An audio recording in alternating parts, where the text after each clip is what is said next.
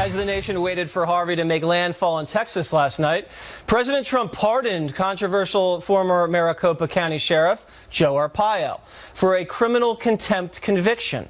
Obama Justice Department officials had sued him, and a judge had ordered him to stop detaining people based upon their suspected immigration status. Here's Sheriff Joe reacting on Hannity after receiving the news.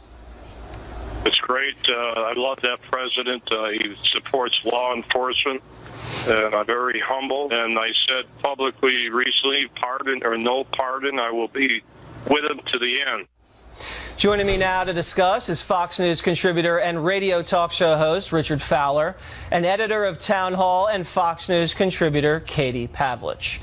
So, Katie, were you surprised that President Trump issued this pardon? No, and nobody should be surprised. This is something he's telegraphed at his Phoenix rally he was going to do. We knew the paperwork was getting ready on Thursday, and we had it come out on Friday. This is not a surprise. And I find it interesting that, of course, the left is now arguing that the president is embracing racism and discrimination, when really the left has had a problem with Joe Arpaio all along, simply because he decided not to be a sanctuary county and to detain people suspected of illegal immigration, to turn them over to Border Patrol and ICE. That is their main issue here, and it shouldn't be looked over simply because of the pardon. So, Richard, are you upset about the pardon because who he pardoned, or because you guys can't do anything about it? Well, I think the president has the ability to pardon whoever he wants to, but this pardon is problematic for a number of reasons. For almost a decade, federal judges appointed by both Democrats and Republicans have warned Sheriff Arpaio about him profiling Hispanic individuals in Maricopa County for being illegals because of how they walk, because of how they look. He says they deemed them to be illegal. So he has profiled them. Many judges have said... How do illegal aliens walk, Richard? Well, yeah. you should ask Sheriff Arpaio that question. Knows? Well, because he's profiled them. You could ask numerous federal judges who said that. Okay. It's in court documents and court records. I didn't know that you could walk like an illegal, but go ahead. Well, you should ask the sheriff, and that is what racial profiling is, and that is why it's against our Fourth Amendment.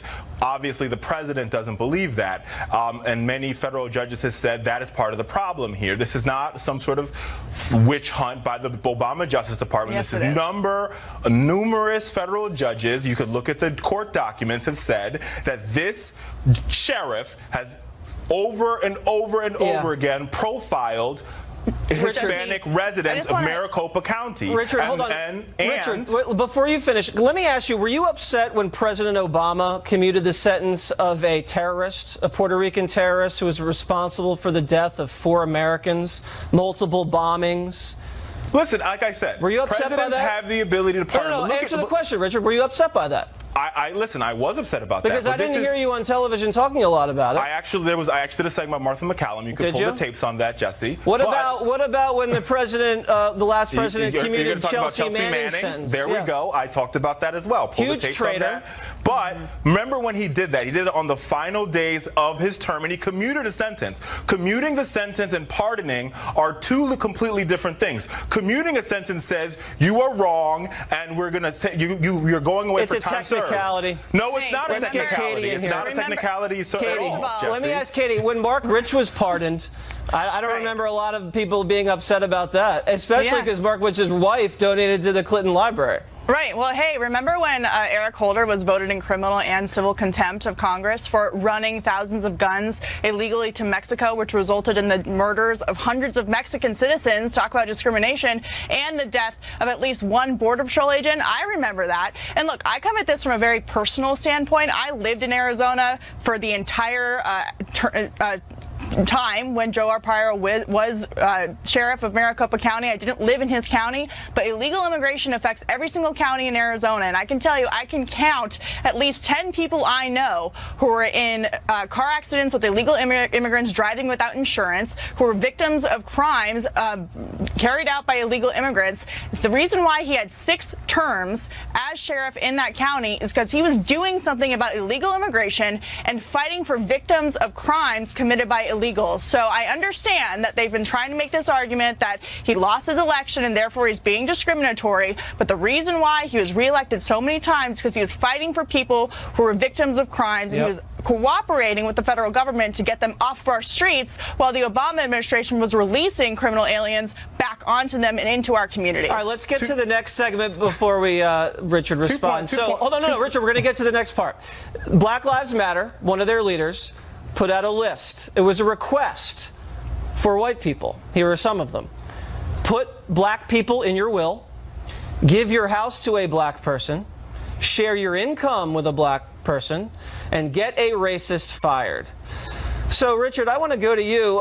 Black Lives Matter, this seems to be like reparations. Is this what you think Black Lives Matter should be focused on? So I don't know this young lady, and I'm not sure if this is satirical or not, and I can't really comment. She's one of the leaders of Black Lives Matter. I don't think she's a leader of Black Lives Matter. I think she's went to a Black Lives Matter program. No, she's a co-founder. No, she's not a co-founder of Black Lives Matter. She is a member of the Pittsburgh chapter, and I don't think she speaks for the entire movement. Well, but back to Katie's Pittsburgh, she does. Back to Katie's point on Sheriff Arpaio. No, hold on a second. Wait a minute. We're going to this segment right now. We don't have time. No, but there's some claims that she made that have went unanswered. Okay, Richard, we can do it next time. Richard, address this list. I'm happy to talk about Black Lives Matter, but let me answer some points. Richard, we have 30 seconds left in the block. Let me answer. I'll talk about Black Lives Matter. Katie, go ahead. That's the topic of this segment. Katie, go ahead. You know, to say that she's not a mainstream Black Lives Matter leader is not true. She absolutely is. And this How are you going to say that? You don't know her. It's listed in her own social media profiles and in her bio on this article. So that means David Duke is a mainstream member of the Republican Party. He doesn't say that. No, he's not. He does. He says that he's speaking. He wants to make America great again, and he has a "Make America Great Again" hat, so he represents the Trump movement. I think we've completely gotten off the topic. No, we didn't. You just said that she represents Black Lives Matter. Going back to the demands of Black Lives Matter, what they're asking, it's laughable, it's irresponsible, and it's not a way to unite the country to move forward. So is David Duke. He's laughable and irresponsible, and he wants to make America great. Listen, I don't have a house to give to anybody. Black, white, Hispanic. I'm sorry. I'm staying in the house. Guys, I got to run. Thank you. Thanks, Jesse. Good to see you, Jesse.